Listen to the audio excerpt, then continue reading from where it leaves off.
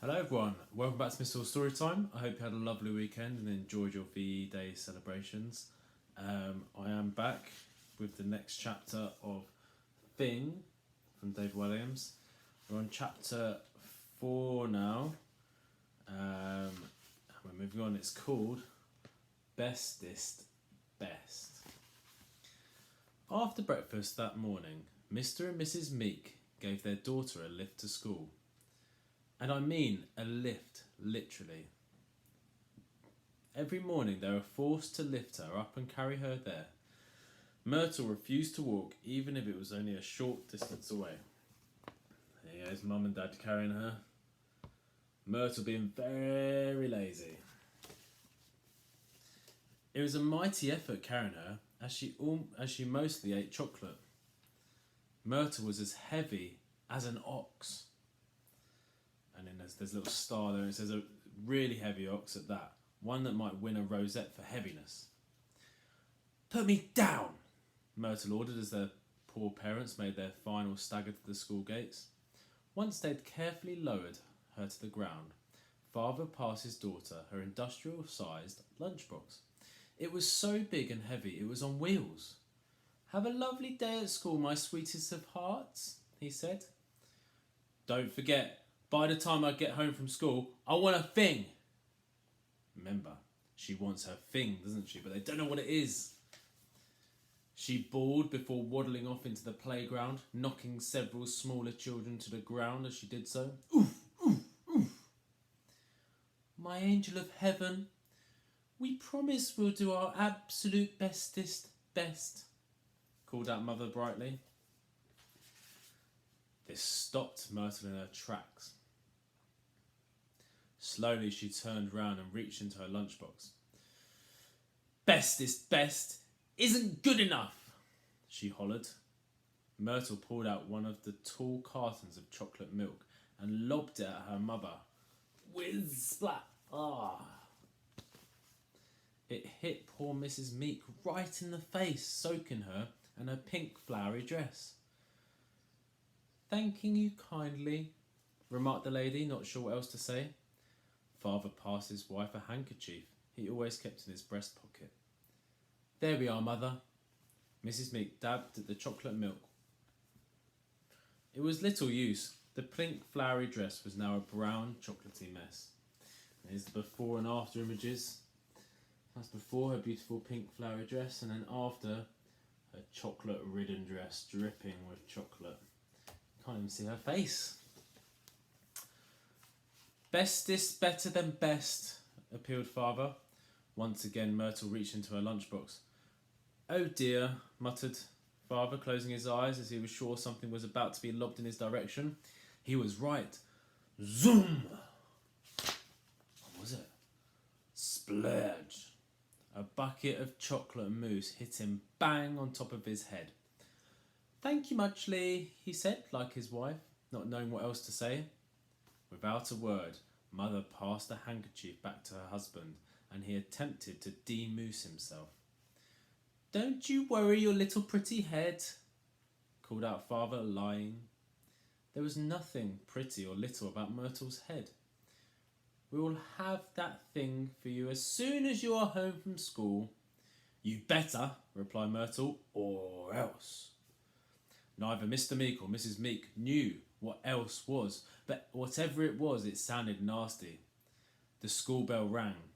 As soon as Myrtle began lumbering off towards the classroom, Father took his wife's hand. "Oh, you are very forward, Mr. Meek," she remarked. "I know the perfect place to start looking for a thing," said the librarian. "Where?" "The library, of course." Chapter 5. Giant Poops. Mr. and Mrs. Meek bolted down the street. There was quite a sight, both covered as they were in chocolatey brown gunge. The pair looked like two giant poops, making a dash for freedom. There's your two giant poops. Whoosh! As soon as they reached the door to the library, they slowed to a stroll. Pitter, patter, pitter, patter. And there's a picture of the library. underground, you've got the vaults, and that's the underground part of the library there. I wonder where they might find the thing. The library or the vaults? After all, the library is a place where you should always be on your best behaviour, especially if you're a librarian. Where to begin? Whispered out an out-of-breath father as they strolled through the aisles, and aisles of floor-to-ceiling books, leaving a trail of brown sludge behind them. Yeah, that's them looking for the books. Where are they going to find a thing? The dictionary, replied an out-of-breath mother. Their eyes searched the shelves of dictionaries until they found the widest, weightiest one. They eased it off the shelf together. The book was almost as heavy as their daughter. Almost, but not quite. Nothing was as heavy as Myrtle. Mrs. Meek eagerly flicked through the pages until she reached a long, long list of words that began with F. However, soon a word that began with F, frustration, was painted all over her face. Thing isn't in the dictionary, she whispered. For goodness sake, explained father. Shh! Shushed Mrs. Meek, pointing to a sign that her husband himself had put up which read, Silence. Sorry, he mouthed before continuing in his hushed tones. That doesn't mean there is no such thing as a thing. There are thousands and thousands of books in the library. Surely one of them must mention a thing. But what books should we look at next, father? Well, let's think, mother. What does a thing sound like to you? Both went into deep concentration. A rude-shaped vegetable? Guessed mother, reaching for the big book of rude-shaped vegetables. An annoying board game? Suggested father as he took down a history of annoying board games. A very distant planet? Said mother as she found the universe and beyond the beyond of the beyond. Books, books and more books tumbled off the shelves. Books about the human body, books about motor cars, books about flowers, books about antiques, books about books. Could a thing be that thing that's left in your plug hole after a bath? Suggested Dad. An unidentifiable item of clothing you can find in a tumble dryer, guessed Mother. Guesses were volleyed back and forth like tennis balls. Something sticky you find up your nose that isn't a bogey. A mysterious stain. A gangly bit of jellyfish. A prize from a Christmas cracker that you never actually work out what it is. Something you find stuck to a dog. The dangly bit of your belly button that looks like the end of a balloon. The fluffy stuff you find between your toes. The opposite of thong? Exclaimed Mrs. Meek. What's a thong? Asked Mr. Meek. I don't know, she replied downcast. Hours passed until the exhausted pair had searched through every single book in the library. Just as they were about to admit defeat and brace themselves for the wrath of their daughter, Mrs. Meek had a thought. There is one last place we haven't looked, she said. Where? Where? He asked eagerly. The ancient vaults of the library.